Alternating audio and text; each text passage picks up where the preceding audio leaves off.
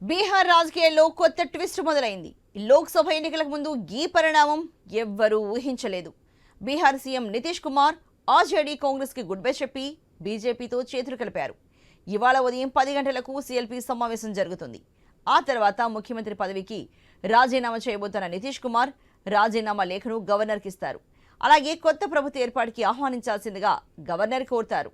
ఆ క్రమంలో సాయంత్రం 4 గంటలకు 9వసారి సీఎంగా ప్రమాణ స్వీకారం చేయబోతున్నారు.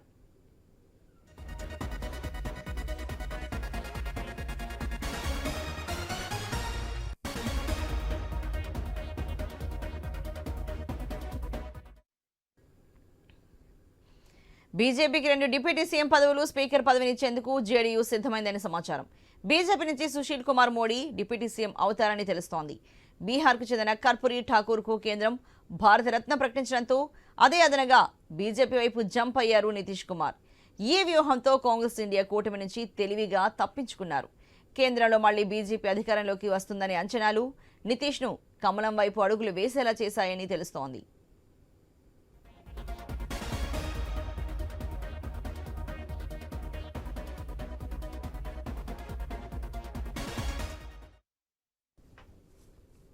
ఇవాళ ప్రమాణ స్వీకారోత్సవంలో బీజేపీ తరఫున సీనియర్ నేతలు అమిత్ షా, జేపీ నడ్డా పాల్గొంటున్నారు. ఆర్జేడీ స్థానంలో బీజేపీ మంత్రులు రాబోతున్నారు. ఈ ప్రభుత్వ ఏర్పాటుతో లోక్సభ ఎన్నికలపైన ఫోకస్ పెడుతున్న జేడీయూ అందుకు సీట్ల సర్దుబాటుపై త్వరలో నిర్ణయం తీసుకోబోతోంది. 2025లో నితీష్ కుమార్ కు కేంద్రంలో కీలక పదవి ఇస్తారని ప్రచారమూ జరుగుతోంది. ఈ క్రమంలో సోనియా గాంధీ, మల్లికార్జున ఖర్గే ఫోన్ చేసినా నితీష్ స్పందించలేదని సమాచారం.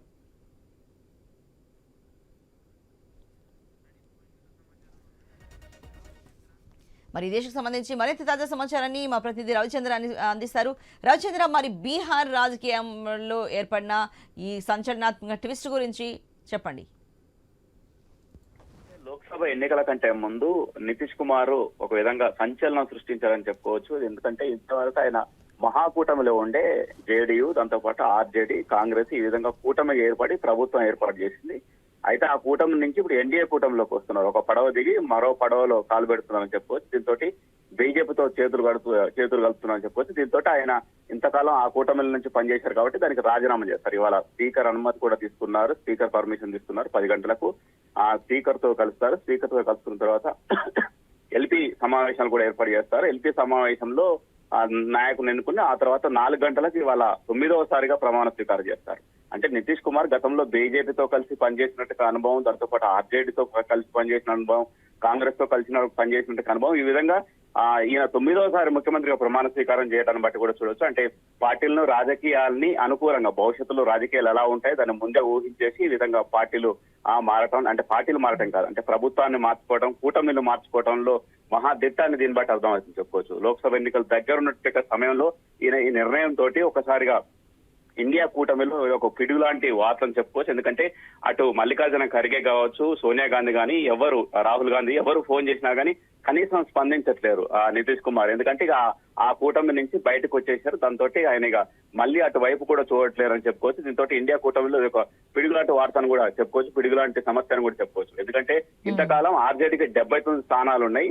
ఈయన పార్టీకి సంబంధించి, జేడీయూకి సంబంధించి, జనతాదళ యునైటెడ్ కి సంబంధించి కేవలం 45 స్థానాలు ఉన్నాయి. అయినప్పటికీ ఈయన సీఎం కాగలిగారు. అన్ని స్థానాలున్న ఆర్జేడీని కాదని, కాంగ్రెస్ ని కాదని ఈయన సీఎం కాగలరంటే అంటే ఇందులో రాజకీయంలో చతురత ఉన్నటువంటి ఒక నాయకుడిగా చెప్పుకోవచ్చు. దీంతో ఈయన చతురతను చూసేసి ఇవాళ మళ్ళీ భవిష్యత్తులో రేపు జరిగేసిన లోక్సభ ఎన్నికల తర్వాత మళ్ళీ బీజేపీ గవర్నమెంట్ వస్తే కేంద్రంలో కూడా ఆయనకు కేంద్ర మంత్రి పదవి ఇచ్చేట్టుగా ఆలోచన, దాంతో మంచి శాఖ ఇచ్చేట్టుగా విధంగా కూడా ఈ ఒప్పందాలు చేసుకున్నట్టు కూడా సమాచారం. అంటే ఈయనకు భవిష్యత్తులో కేంద్రంలోకి తీసుకుంటారు. ఒకవేళ రాష్ట్రంలో ప్రభుత్వం అటు ఇటు అయినా కానీ ఆయన కేంద్రంలోకి తీసుకుంటేందుకు ఒప్పందాలు చేసుకొని ఈ విధంగా చేశారు. అంటే ఇందులో బీజేపీ ఒక సక్సెస్ అయింది. అంటే కూటమికి బీటలు వారగొట్టిందని చెప్పుకోవచ్చు, కూటమిని విచ్ఛిన్నం చేసిందని చెప్పుకోవచ్చు. ఇంతకాలం కూటమిలో అటు మమతా బెనర్జీ కావచ్చు, నితీష్ కుమార్ కావచ్చు, వీళ్ళు కీలకంగా పనిచేశారు. అలాంటిది ఒక నాయకుడు బయటికి రావడంతో వాళ్ళు కూడా సందిగ్ధంలో పడ్డారని చెప్పుకోవచ్చు. ఇవాళ అమిత్ షా ఇవాళ తెలంగాణకు రావాల్సినట్టుగా అమిత్ షా ఇవాళ బీహార్కి వెళ్తున్నారు. అమిత్ షా కావచ్చు, జేపీ నడ్డా కావచ్చు ప్రమాణ స్వీకారంలో పాల్గొంటేందుకు బీహార్కి వెళ్తున్నారు. అమిత్ షా కావచ్చు, జేపీ నడ్డా కావచ్చు. అంటే ఇది ఒక విధంగా దేశ రాజకీయాల్లో కూడా సంచలన అంశం కూడా చెప్పుకోవచ్చు. ఎందుకంటే రేపు జరిగేటువంటి లోక్సభ ఎన్నికలకు ఇది ఒక నాందిగా చెప్పుకోవచ్చు. దీంతో ఇంతకాలం ఇండియా కూటమి కాస్త బలంగా అన్ని రాష్ట్రాల్లో వివిధ పార్టీలతో కలిసి బీజేపీని ఓడగొట్టాలన్న లక్ష్యంతో ముందుకెళ్తున్నట్టుగా ఇండియా కూటమిలో ఇది ఒక విధంగా కీలకని చెప్పుకోవచ్చు. దాంతోపాటు మమతా బెనర్జీ కూడా సొంతంగా పోటీ చేస్తుంటుంది. ఆమ్ ఆద్మీ పార్టీ కూడా సొంతంగా పోటీ చేస్తుంటున్నారు. అంటే వీళ్ళు కూటమి బీటలు వారిందనడానికి ఇది ఒక నాందిగా చెప్పుకోవచ్చు. ఏది ఏమైనప్పటికీ జేడీయూ అధ్యక్షుడు నితీష్ కుమార్ తీసుకున్న నిర్ణయం సంచలనం రేపిందని చెప్పుకోవచ్చు. ఇవాళ 10 గంటలకు ఆయన రాజీనామా చేస్తారు, 4 గంటలకు ప్రమాణ స్వీకారం చేస్తారు. ఒకే రోజు ఇటు రాజీనామా అటు ప్రమాణ స్వీకారం, 9వ ప్రమాణ స్వీకారం కూడా కొనసాగుతుంది. గవర్నర్ అపాయింట్మెంట్ కూడా తీసుకున్నారు. Archana. Right Ravichandra, thank you very much.